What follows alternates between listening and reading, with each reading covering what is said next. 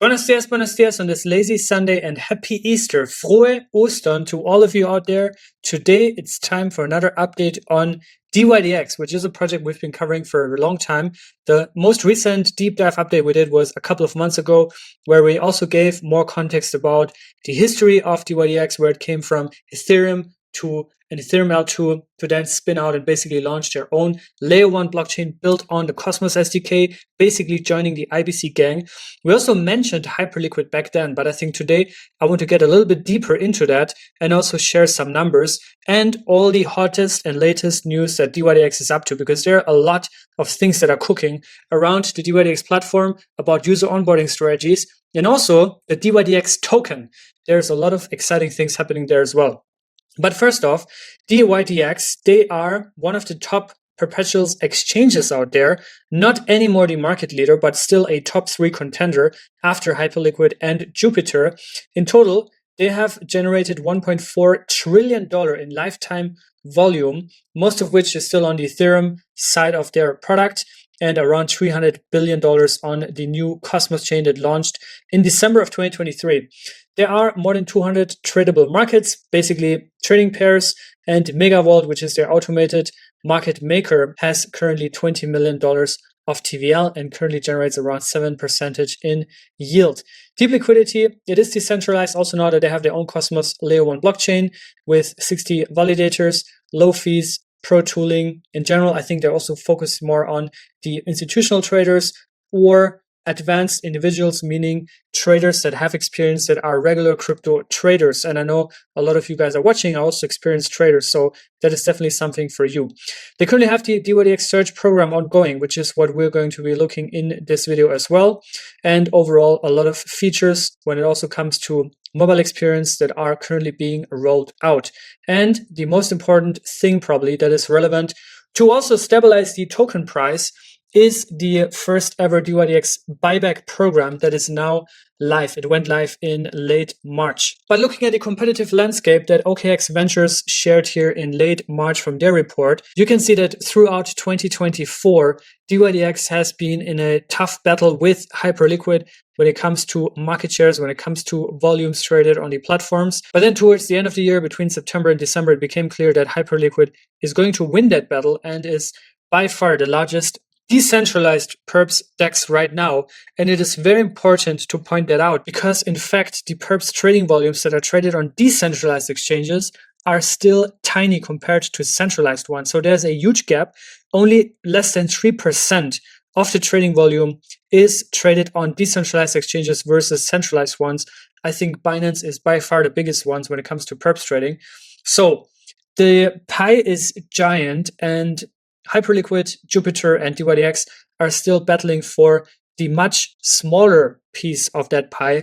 There's also a real-time dashboard about on-chain metrics, also fees generated. In total, dYdX generated $66.3 million in fees. I think for Hyperliquid, it's between 4 and 500 million. So Hyperliquid obviously also benefited a lot from this massive airdrop that got them instant marketing and instant visibility in all crypto. But then, of course, they also have a very strong product that a lot of traders are using on a daily basis, but that obviously also comes with certain trade-offs. But I think overall it's way too early to say who is going to win that battle, and it's also a very dynamic and moving industry that a lot of things can happen and the landscape changes immediately, right? I also think, to dYdX's credit, they've been around for a much, much longer time. Some other interesting stats to look at this page here is the kind of chart of daily active traders. Right now, there's around 1,500, 1,400 on dYdX, even though the volumes have been going down, obviously, since this ongoing bear market that is very, very frustrating. And a lot of people are they just entirely stopped believing in especially altcoins, but slowly are starting to fade crypto in general. And I think this is a phase where it's very tough, especially for bull run products like a Perps exchange to grow, right? So I think that is also something we need to factor in here as well. They also have an insurance fund that is currently at an all-time high of around $12.5 million US. And yeah, some other interesting stats, $245 million in TVL and a total of, like I said earlier, just over 300 billion USD in trade volume on the new dYdX chain. Now let's look at some of these initiatives that dYdX has been pushing over the past months. One of the first ones was a major upgrade called dYdX Unlimited, which we also covered when it went live on mainnet. dYdX Unlimited barred basically three things. Number one, instant market listings that enabled you to list a token or a market day, like to call it, but basically a token trading pair on dYdX instantaneously and permissionlessly. Second, also Mega Vault, which introduced this automated market making system and also introduced a way to put your USDC to work for you and earn yield on that. For depositing USDC, you would earn USDC in rewards.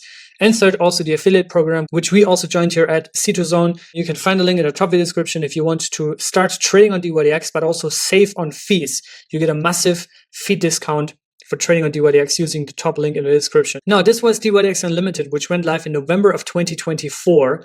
And another program that just went live is called dYdX Surge, which is basically an aggressive rewards program to onboard and accelerate user growth.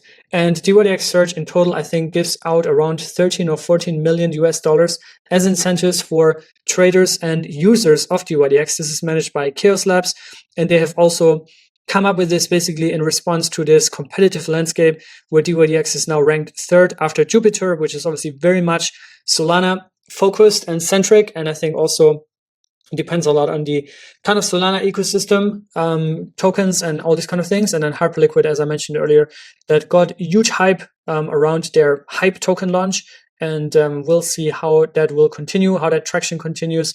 But yeah, you can see volume-wise, dYdX is now tiny compared to the $51.69 billion of Hyperliquid that they had on a weekly basis compared to dYdX's $2.7 billion. So that is the state, and that has been the motivation for dYdX Surge, which you can participate as well. And they also shared a couple of ways on how you can climb up the leaderboard to earn more rewards, which, by the way, is entirely outside of any other kind of rewards like staking rewards or anything else. This is a separate reward program, basically. And the way you can climb up the leaderboard is to execute trades, obviously, through the official web and mobile interfaces, to also reactivate wallets from dYdX v3 or early v4, also to stake dYdX to a validator, and then also trading in boosted markets, which will be announced periodically, so keep an eye out for that. Also stay subscribed to CryptoCito here, CitoZone on Twitter, because we'll be sharing those information as well, because dYdX is also a media partner of us, and that's why we will have those information available firsthand. Now, one of the other initiatives, besides aggressively incentivizing the user onboarding, is also to massively facilitating and simplifying the user experience and onboarding rails, right? And I think trading has shifted a lot towards mobile, which is why they have also now launched the new dYdX mobile experience that is now here for iOS. You can download it right now. This is how the app looks like. It just takes a few seconds to download it. And if you are a professional trader, then I think you should definitely check this out. Also provide your feedback. If you have anything to complain, to improve, to refine, then I think the team would be more than happy to take that feedback and improve the mobile experience further. And I think this, especially in a world of tokens launching left and right like this, and people's attention spans being very short, I think they need to have things very, very easily and seamlessly available. So I think it definitely makes sense to double down on the mobile experience. You can download this app right now on the App Store on your iPhone, and you can play around with dYdX Mobile, which also increases your chances to earn more from the dYdX Surge program, as they have also shared here in this post. Now let's switch over to the dYdX token, which is probably what you're mostly interested in. The dYdX token has a 0% inflation. It's around 85% unlocked. So it's mostly circulating, has no artificial inflation, and it actually generates revenue. Now, what they've been doing over the past few months is to think about refining, improving the economics, especially now that dYdX is its own L1, which means there's now another group of people that are involved called validators. With Stakecito, we're one of them on dYdX. We've been a Genesis validator, but that also means they need to harden their tokenomics and also make sure there's this flywheel that incentivizes all groups, right? So right now we have 40% of the dYdX revenue, right? Protocol fees, not artificial inflation. Protocol revenue, which by the way is denominated in USDC, in Noble USDC, not in dYdX. So 40% of the protocol fees are going to stakers and validators. That currently accounts to roughly 1.36% in real yield. Then we have 25% going to Megavault, which is this automated market maker that I have spoken to you about earlier. You can find all information here on dYdX.trade/vault. You can see the performance, and you can see there's currently a 7% APR for depositing your USDC into Megavault.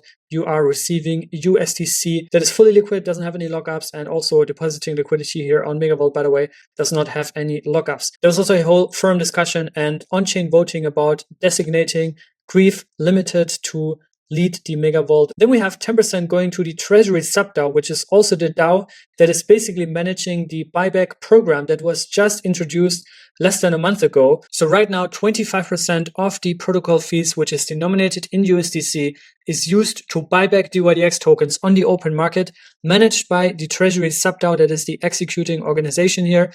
And these tokens will then be staked to enhance network security and to also generate yield in USDC, which will then also be used, at least a quarter of that, to buy back more dYdX and stake them. And the promise here is basically that it aligns token holders with platform growth and also strengthens dYdX chain security, because staking tokens means you are increasing the security. The higher the bonded ratio, the secure the chain. And of course, it will cause a positive effect on the dYdX token price. And token price is definitely the best form of marketing that anyone can have. Like if dYdX now went to $4 or $5, I think everybody would suddenly be very, very bullish on dYdX, the platform, and this is the best DEX out there, and Perps and all these kind of things.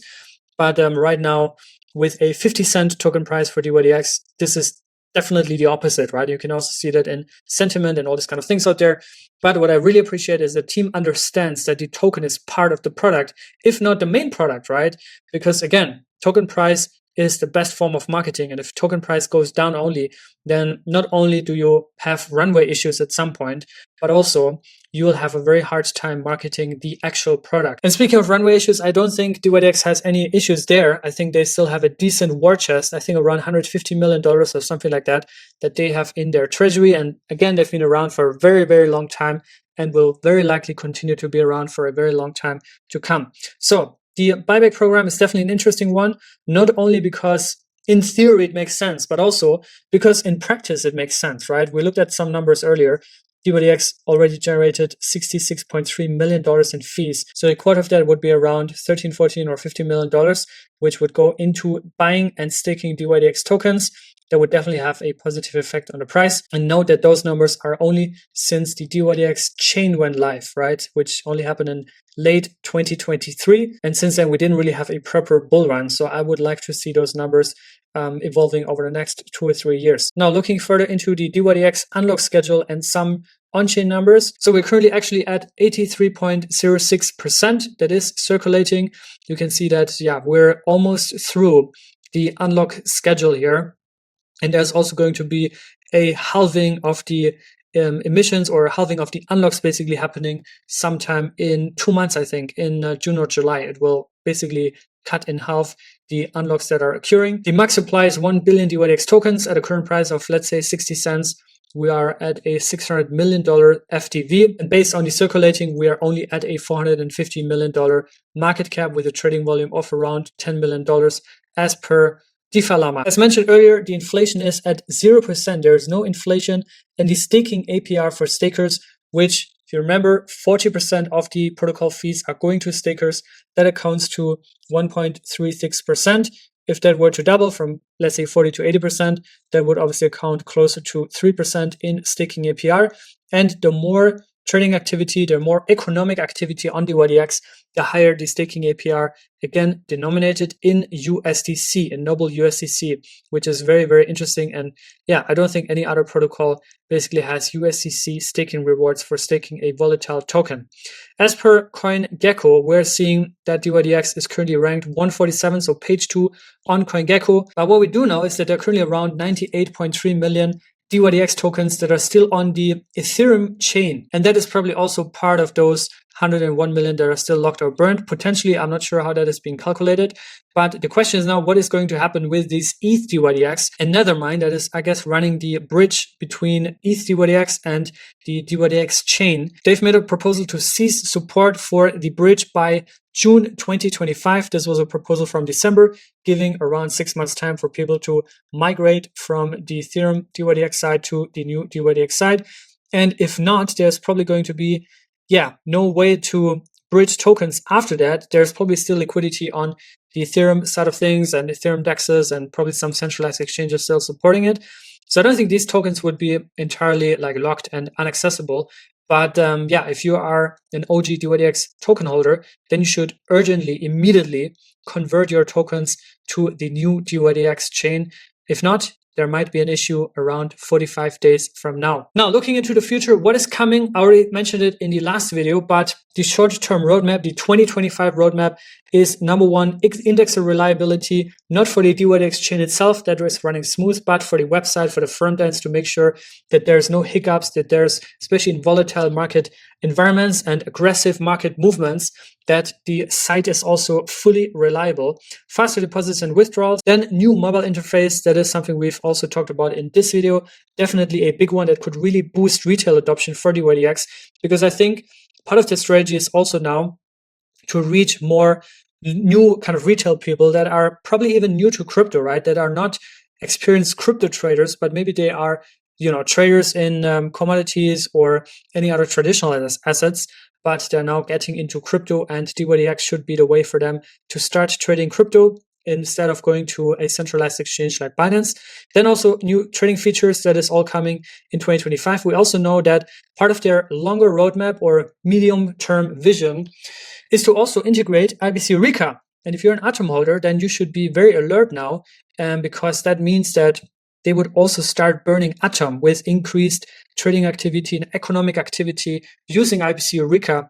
That would mean also Atom gets burned in a process, because every IBC Eureka transaction burns Atom because it natively routes through the Cosmos Hub, the home chain of Atom. Now, if you are interested in dYdX or new to it or want to just start trading with it, go on the top link in the video description. We are a VIP affiliate, and you can also check here, it's all on chain, how much we've earned so far. We are ranked 11. Humble Climb is the designated automated kind of handle that we were assigned to. I didn't choose that, but just was like automatically assigned to us.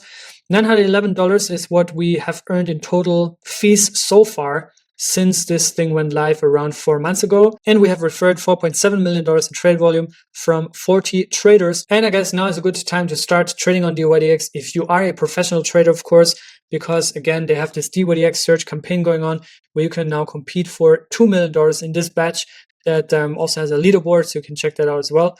And you'll see how many points you are earning. So lots of incentives, lots of aggressive kind of user acquisition strategies that dYdX is rolling out right now.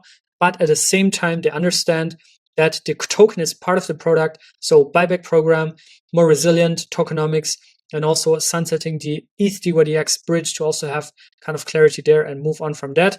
Anyways, let me know what you think about dYdX. Are you a trader on dYdX? Do you have feedback? Is there something you don't like about them, about the team, about anything there? Because I personally think that the team is very, very committed. They've been so for the past 7-8 years.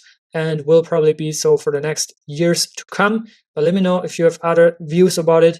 And that's it for today. I hope you enjoyed this lazy Easter Sunday. You take some good rest over the Easter holidays, and I'll see you here very soon on Cryptosrus. Until then, stay safe and be good.